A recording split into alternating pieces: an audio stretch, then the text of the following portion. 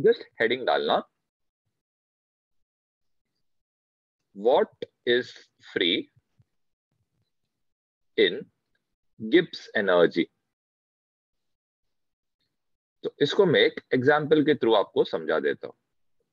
Okay, तो यहाँ पे एक एग्जाम्पल लिख सकते हो आप, कंबशन ऑफ ब्यूटेन लिख सकते हो, कंबशन ऑफ ब्यूटेन। ओके, यहाँ पे ये रिएक्शन ब्यूटेन का फॉर्मूला है C4H10। ये ऑफ कोर्स कंबशन है, मतलब ऑक्सीजन के साथ रिएक्ट करेगा। कंबशन का products are always carbon dioxide and water. अगर बाकी का नाइट्रोजन सब रहेगा तो वो सेपरेट है, लेकिन अभी के लिए सिर्फ कार्बन और हाइड्रोजन है। अब यहाँ पे आपको बैलेंस करना है, तो क्लियरली आप देख सकते हो 10 हाइड्रोजन है, यहाँ पे देयर इज 2। तो ऑफकोर्स आप मल्टीप्लाई किससे करोगे, 5 के साथ करोगे। यहाँ पे कार्बन इज 4, लेकिन यहाँ पे कार्बन कितना है, सिर्फ 1 है। इसको क्या करोगे, 4 से मल्टीप्लाई। अब टोटल ऑक्सीजन चेक करो, यहाँ पे टोटल ऑक्सीजन इज 8, इधर टोटल ऑक्सीजन इज 5। 8 + 5 कितना होएगा, 13 होएगा।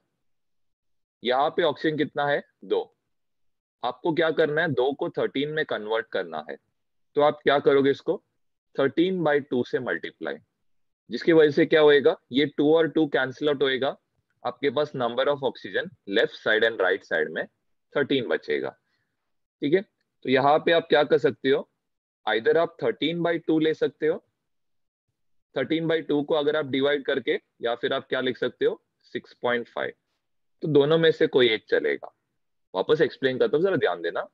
यहाँ पे नंबर ऑफ ऑक्सीजन इज 8, यहाँ पे इट इज 5। टोटल कितना आ रहा है, 13 आ रहा है। यहाँ पे ऑक्सीजन कितना है, 2 है। इसको 13 में कन्वर्ट करने में क्या करता हूँ, यहाँ पे 13/2 से क्या करता हूँ, मल्टीप्लाई, जिससे ये 2 और 2 क्या हो जाएगा, कैंसिल आउट होएगा, और हमारे पास क्या बचेगा, 13 बचेगा। ओके, ठीक है। तो यहाँ पे मैंने क्या किया, 13/2 लिख लिया। 13/2 को आप 6.5 भी कंसिडर कर सकते हो। अब ये जो रिएक्शन है, जस्ट मैं इसका ऊपर का पार्ट जस्ट इरेज करता हूं। अब ये जो रिएक्शन है, इसका एंथैल्पी, ठीक है, इसका एंथैल्पी आपको दिया गया है कि ये कितना है, -100 किलोजूल पर मोल है, लेकिन कितने टेम्परेचर पे, एट 300 केल्विन पे। ओके, नेक्स्ट इसका आपको एंट्रोपी दिया है ΔSR, कितने टेम्परेचर पे, 300 केल्विन पे। इसका वैल्यू दिया है, इट इज -40 जूल पर केल्विन पर मोल। ओके, अब आपको क्या कैलकुलेट करना है, ΔS सराउंडिंग। ध्यान देना, यहाँ पे क्या आएगा, ΔS सराउंडिंग, ये इक्वल टू क्या रहने वाला है, हमने ऑलरेडी पता है, जो भी हीट रिलीज रहेगा ये कांस्टेंट प्रेशर पे है। तो यहाँ पे एंथैल्पी आएगा, अपॉन क्या आएगा, टेम्परेचर। तो टेम्परेचर कितना है, इट इज 300 केल्विन।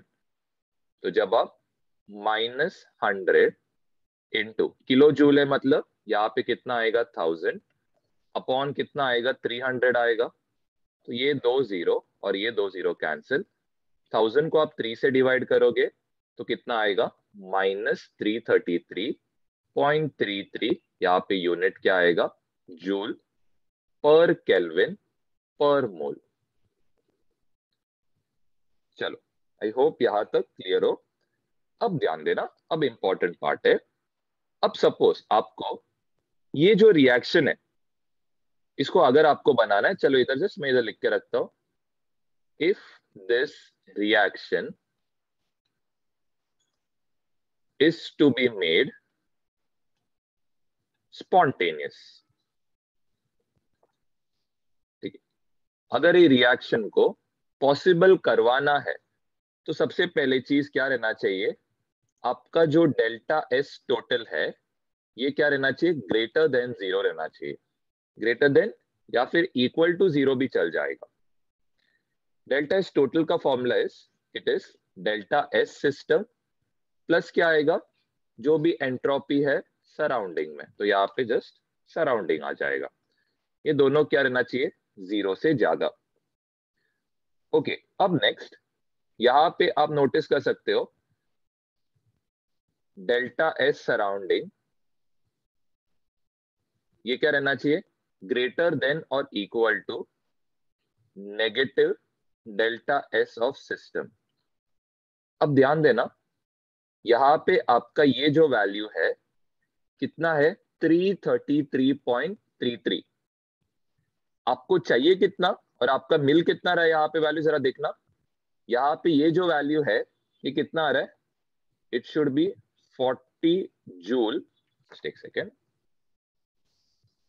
40 जूल पर केल्विन। तो ध्यान देना क्या बोला गया, ये जो पॉइंट है जरा ध्यान दो, नहीं तो समझेगा नहीं। अब ये जो पॉइंट है ये क्या एक्सप्लेन करता है कि अगर ये कंबशन होना होना मतलब पॉसिबल होना चाहिए तो आपको एंट्रोपी कितना रहना चाहिए, आपका एंट्रोपी रहना चाहिए 40 जूल।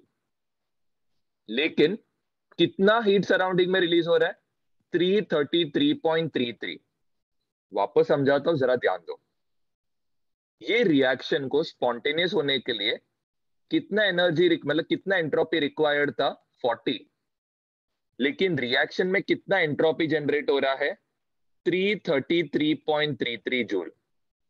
तो आपको यहां पे कुछ तो समझ में आ रहा रहेगा, ऑलमोस्ट 293.33 जूल ये क्या आ रहा है, एक्स्ट्रा आ रहा है। वापस एक्सप्लेन करता हूं, बहुत सिंपल है, समझने का ट्राई करो। यहां पे रिएक्शन को होने के लिए कितना एंट्रोपी देना चाहिए था आपको, सिर्फ 40 देना था, सिर्फ 40। लेकिन आप कितना एंट्रोपी दे रहे हो, यहां पे देखो 333.33। इसका मतलब कुछ तो एक्सेस में ना, ये इतना पार्ट क्या है, एक्सेस में है। तो अभी हम लोग क्या करेंगे, ये एक्सेस क्यों आ रहा है इसके बारे में हम लोग समझने का ट्राई करेंगे। यहां तक पहले लिख लो, इधर तक कोई भी स्टेप में अगर डाउट है तो पूछना। अब यहां पे ये जो रिएक्शन है ये क्या कर रहा है, -100 kilo joule of heat surrounding को दे रहा है। वापस रिपीट करता हूं, माइनस का मतलब क्या है, हीट रिलीज हो रहा है। ये रिएक्शन क्या कर रहा है, सराउंडिंग को -100 किलो जूल ऑफ हीट दे रहा है। ओके, इसमें से सराउंडिंग कितना ऑब्जॉर्व कर रहा है, ये 100 में से सराउंडिंग 12 किलो जूल क्या कर रहा है, ऑब्जॉर्व कर रहा है। वापस रिपीट करता हूं, ध्यान देना। ये रिएक्शन क्या कर रहा है, 100 किलो जूल ऑफ हीट क्या कर रहा है, रिलीज कर रहा है किधर, सराउंडिंग में। फिर सराउंडिंग उसमें से कितना हीट ले रहा है, तो सराउंडिंग उसमें से 12 किलो जूल ऑफ हीट ले रहा है। तो आप खुद अपना लॉजिक लगाओ, 100 में से 12 चला गया, आपके पास कितना बचेगा, आपके पास बचेगा 88 किलो जूल। वापस समझाता हूं, ध्यान देना। ये जो रिएक्शन है इसने कितना हीट रिलीज किया, 100 किलो जूल। कैसे समझा रिलीज किया, ये माइनस साइन, माइनस इंडिकेट करता है कि हीट किधर जा रहा है, बाहर जा रहा है। बाहर मतलब सिस्टम से सराउंडिंग में जा रहा है। अब यहां पे ध्यान दो, यहां पे सराउंडिंग का जो साइन है ये क्या, प्लस है। प्लस का मीनिंग क्या है कि सराउंडिंग क्या कर रहा है, हीट को ऑब्जॉर्ब कर रहा है। कितना ऑब्जॉर्ब कर रहा है, 12। कितने में से, 100 में से। तो आपको कितना बचेगा, ये 100 में से आपने 12 दिया तो आपके पास कितना बचेगा, तो यहां पे बचेगा 88। तो यही जो 88 किलो जूल से ये क्या है, फ्री एनर्जी है, फ्री एनर्जी अवेलेबल, जो आप क्या कर सकते हो, आप यूज कर सकते हो।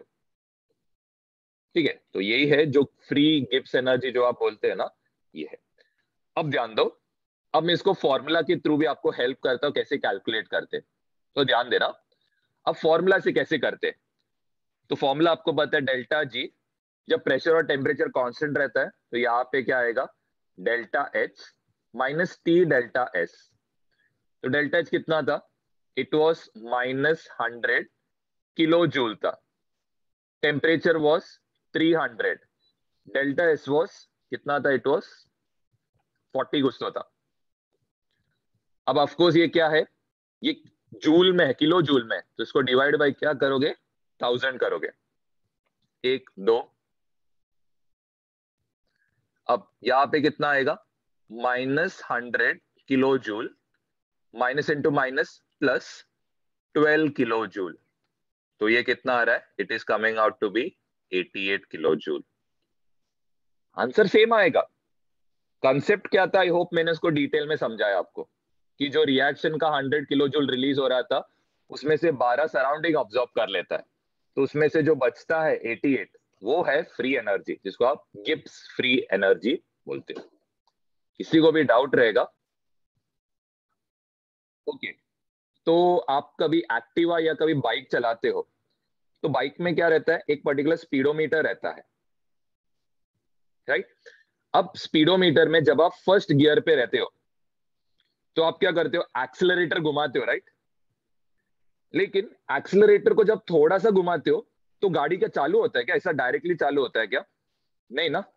एक्सेलरेटर को एक पर्टिकुलर लेवल तक घुमाना पड़ता है, तब जाके आपका गाड़ी आगे जाता है, राइट।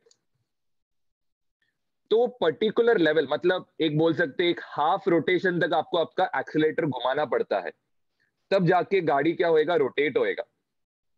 तो जो हाफ रोटेशन जो है, ठीक है, ये जो हाफ रोटेशन जो है वो क्या है, मतलब वो आप बोल सकते हो कि इतना एनर्जी आपको लगेगा एक रिएक्शन को स्टार्ट करने, ऐसा सोचो, तब जाके आपका गाड़ी क्या होएगा, आगे बढ़ेगा।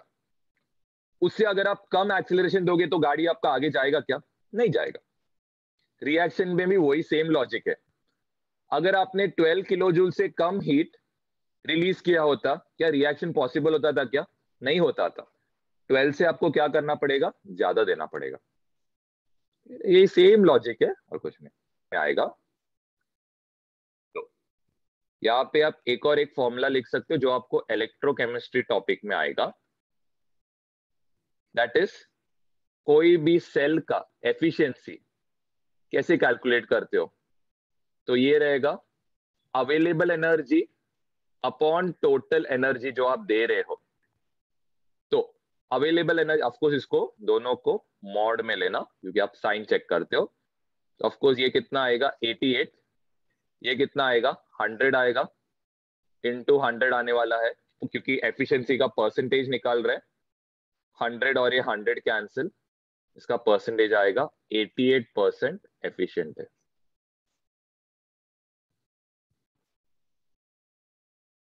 अभी तक हमने जो भी सीखा था गिब्स एनर्जी से रिलेटेड, वहां पे हमने प्रेशर एंड टेम्परेचर को क्या किया, कांस्टेंट अज्यूम किया था कि कांस्टेंट रहता है थ्रू आउट। अब हम लोग क्या करते हैं, ध्यान देना, सेम निकालेंगे गिब्स एनर्जी फंक्शन,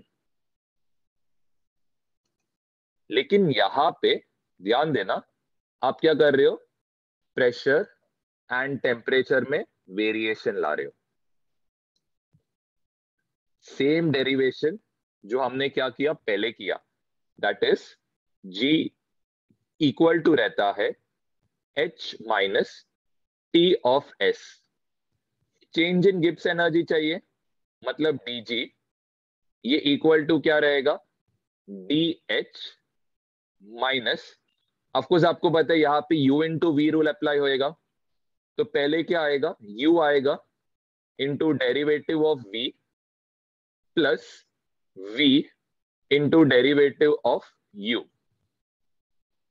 नेक्स्ट आपको पता है यहाँ पे ये जो डेल एच है, एच क्या रहता है यहाँ पे, change in internal energy, plus यहाँ पे क्या आएगा, प्रेशर वॉल्यूम वर्क में जो चेंज है, इधर आएगा सेम, साइन चेंज होएगा तो टी डॉट डी एस, ये हमने कल ही किया था, एस डॉट डी टी। यहाँ पे डेरिवेटिव अंदर अप्लाई होएगा तो डी यू होएगा, यहाँ पे u into V rule apply करोगे, तो पहले आएगा u into derivative of v plus v into derivative of u आएगा, minus T dot D S minus S dot D T. अब यहाँ पे जो u है, ये u क्या रहने वाला है? ऑफकोर्स यहाँ पे स्मॉल स्मॉल चेंजेस हो रहा है, तो हम लोग क्या कंसिडर करेंगे? रिवर्सिबल चेंजेस कंसिडर करेंगे। तो फर्स्ट लॉ ऑफ थर्मोडायनेमिक्स से u क्या रहता है? It is q reversible plus यहाँ पे क्या आएगा? w रिवर्सिबल आएगा, प्लस यहाँ पे p dv plus v dp minus t dot ds minus s dot dt। Okay, अब नेक्स्ट यहां पे क्या होएगा? ये हमने कल ही डिस्कस किया था। क्यू रिवर्सिबल जब रहता है एट कांस्टेंट प्रेशर, इसको हम लोग क्या कंसिडर कर सकते हैं? इसको आप ले सकते T dot D S assume कर सकते हो। यहाँ पे आप करोगे, या फिर ये फॉर्मूला आप जस्ट यूज कर सकते हो। डेल्टा एस इक्वल टू क्या रहता है? It is delta H by T रहता है। यहाँ पे आप क्या कर सकते हो? रिवर्सिबल ले सकते हो अपॉन यहाँ पे टी। तो ये जो क्यू रिवर्सिबल है, इसको आप सब्स्टिट्यूट कर सकते हो T dot D S. Work done in reversible. अब वर्क डन इन रिवर्सिबल में सबसे पहले साइन क्या आएगा? नेगेटिव। यहाँ पे P डॉट क्या आएगा? dv आएगा, प्लस यहाँ पे P डॉट dv आएगा, V dot dp minus T dot ds minus S dot dt। ये पार्ट और ये पार्ट कैंसिल आउट होएगा, minus P DV plus P DV cancel. यहाँ पे ये जो dg रहेगा, that is change in Gibbs energy, ये इक्वल टू रहेगा v dot dp minus s dot dt। अब जब हम प्रेशर एंड टेम्परेचर को कांस्टेंट अज्यूम करते थे, तो ये भी जीरो आ जाता था, ये भी जीरो आता था। तो हम लोग क्या मिलता था? नॉन पीवी वर्क जो है वो हम लोग यहाँ पे कंसिडर करते थे, लेकिन यहाँ पे हम लोग नहीं कर रहे हैं। ये जस्ट एक एक जो वेरिएशन है उसमें जस्ट ध्यान देना। जब आप नॉन पीवी वर्क कंसिडर नहीं करते हो एंड जब प्रेशर एंड टेम्परेचर कांस्टेंट है, उसका फॉर्मूला डिफरेंट है। जब हम लोग नॉन पीवी वर्क कंसिडर करते तो डीजी का फॉर्मूला डिफरेंट है। और जब प्रेशर एंड टेम्परेचर हम लोग वेरिए मतलब डिफरेंट है अज्यूम करते, तो फॉर्मूला डिफरेंट हो। तीनों डिफरेंट डिफरेंट फॉर्मूलाज को जरा ध्यान रखना। अब यहाँ पे आप देख सकते हो दो डिफरेंट वेरिएबल्स है, एक प्रेशर वेरिएबल है और एक टेम्परेचर वेरिएबल है। तो दो डिफरेंट वेरिएबल्स है। जब भी ना दो डिफरेंट वेरिएबल्स रहता है, तो आप क्या करोगे? पार्शियल डेरिवेटिव लोगे। ध्यान देना कैसे पार्शियल डेरिवेटिव लोगे। यहाँ पे derivative of G with respect to pressure, क्योंकि प्रेशर वेरिएबल है, तो ऑफकोर्स आप कांस्टेंट किसको लोगे? आप कांस्टेंट लोगे टेम्परेचर को। ये हो गया सबसे पहला वाला पार्ट। इसका कुछ तो वैल्यू आएगा, ढूंढेंगे हम लोग। सेकंड वाला ध्यान देना, derivative of G with respect to, हम लोग अभी क्या लेंगे? टेम्परेचर लेंगे, कंसिडरिंग प्रेशर कांस्टेंट। ओके, इसका कुछ तो आएगा, ध्यान देना। हम लोग क्या कर रहे हैं? यहाँ पे डेरिवेटिव ऑफ पी ले रहे, तो डेरिवेटिव ऑफ पी क्या रहेगा? डीपी और ये डीपी क्या हो जाएगा? कैंसिल आउट होएगा। यहाँ पे सिर्फ क्या बचेगा? वॉल्यूम बचेगा। ओके, सेकेंड पार्ट में देखो। सेकेंड पार्ट में टी को हमने क्या अज्यूम किया? कांस्टेंट। कांस्टेंट का डेरिवेटिव क्या होता है? जीरो होता है। तो यहाँ पे क्या आएगा? Plus zero.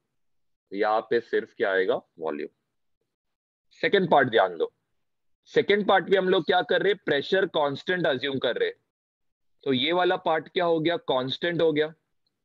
कांस्टेंट का डेरिवेटिव क्या होता है? जीरो होता है।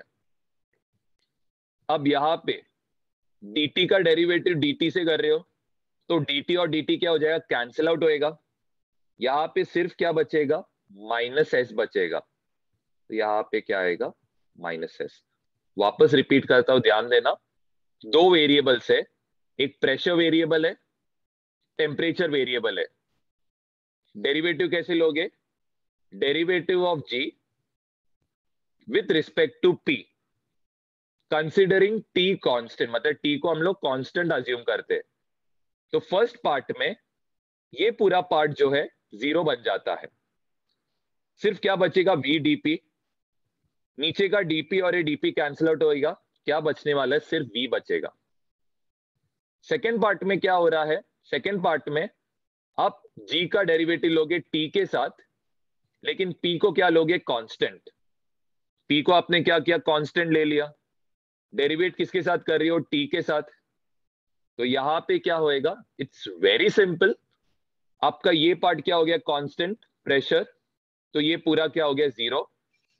आपका क्या बचेगा यहाँ पे, minus S D T, D T और डेल टी क्या होएगा, कैंसिल आउट होएगा, सिर्फ क्या बचेगा, माइनस एस। कोई डाउट है?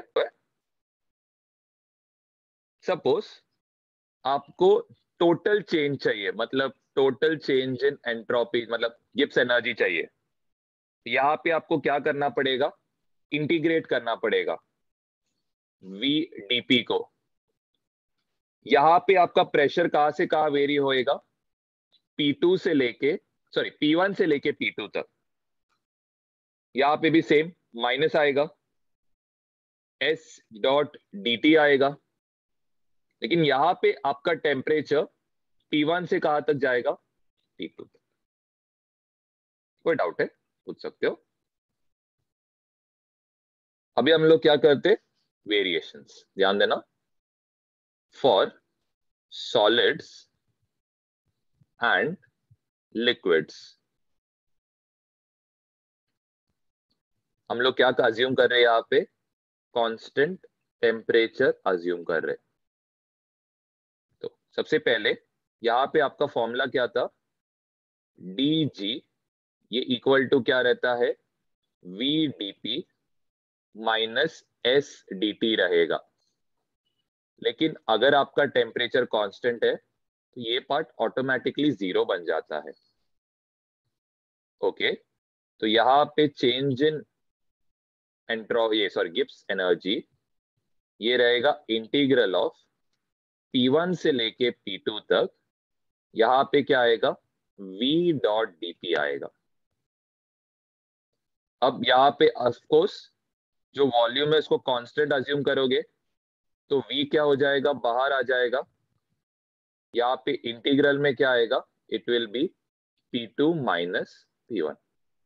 ऑफकोर्स ये प्रोसेस क्या रहना चाहिए, इरिवर्सिबल रहना चाहिए। इसी यहाँ तो कोई डाउट है तो वो जस्ट नीचे पॉइंट इंपॉर्टेंट है, ताकि आपको समझे कि वॉल्यूम क्यों कांस्टेंट आया करके।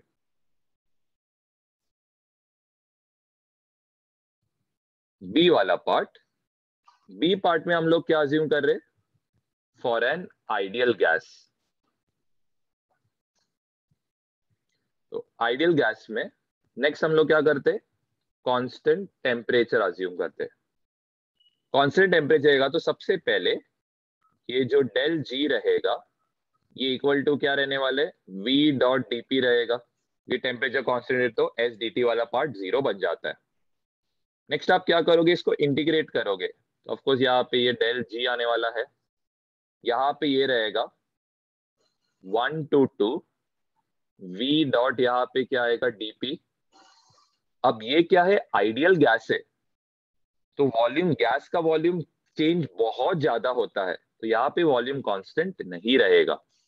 तो आप क्या यूज करोगे, हम लोग का universal gas law, that is PV equal to NRT रहता है। तो यहाँ पे एन आर टी आप लिख लो, डिवाइड किससे करो, पी कर लो। ओके, तो यहाँ पे आ जाएगा 1 से लेके 2, एन के बदले एन आर टी अपॉन क्या आएगा पी, यहाँ पे क्या आएगा डीपी आएगा। एन और आर क्या है, कांस्टेंट, टी भी कांस्टेंट है। 1 अपॉन पी का इंटीग्रेशन आपको पता है, it is L N of, सबसे पहले आप सब्स्टिट्यूट करोगे upper limit minus lower limit रहता है, फिर आपको पता है लॉग का रूल यूज करना है, तो ये क्या आएगा P2 ओवर P1।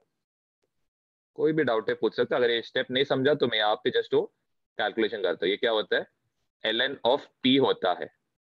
आप यहाँ पे क्या सब्स्टिट्यूट करोगे, अपर लिमिट और लोअर लिमिट, ये क्या हो जाएगा, ln of P2 minus ln of P1 हो जाएगा। ठीक है, और आपको पता है लॉग का rule, log of a minus log of b is log of a by b, जो मैंने यहाँ पे डायरेक्टली किया है। सबसे पहले गिब्स एनर्जी, यहाँ पे कहीं पे भी प्रेशर एंड टेम्परेचर कांस्टेंट है, तो समझ में आ रहा है प्रेशर एंड टेम्परेचर कांस्टेंट नहीं है क्योंकि प्रेशर वेरी हो रहा है। तो यहाँ पे इसका फॉर्मूला क्या था, it was v dot D P minus s dot D T. Clearly यहां से समझ रहा है सिर्फ प्रेशर चेंज हो रहा है, टेम्परेचर यहाँ पे क्या कांस्टेंट है, जिसकी वजह से ये पार्ट क्या बन जाएगा, 0 बन जाएगा। अब यहाँ पे वॉल्यूम, वॉल्यूम कैसे ढूंढोगे, 1 मोल ऑफ वाटर है, 1 मोल ऑफ वाटर है, इसका मतलब क्या रहेगा, इसका जो भी वॉल्यूम रहेगा कितना रहेगा, it will be 18 millilitre. Millilitre को आप क्या करोगे, लीटर में कन्वर्ट, तो डिवाइड बाय क्या रहेगा, 1000 रहेगा। Change in pressure, final pressure क्या है 10, माइनस क्या आएगा, लोअर प्रेशर 1, इसका यूनिट क्या आएगा, लीटर एटीएम। तो आपको इसको मल्टीप्लाई करना, लीटर एटीएम को जूल में कन्वर्ट करने के लिए क्या करोगे, 100 से मल्टीप्लाई।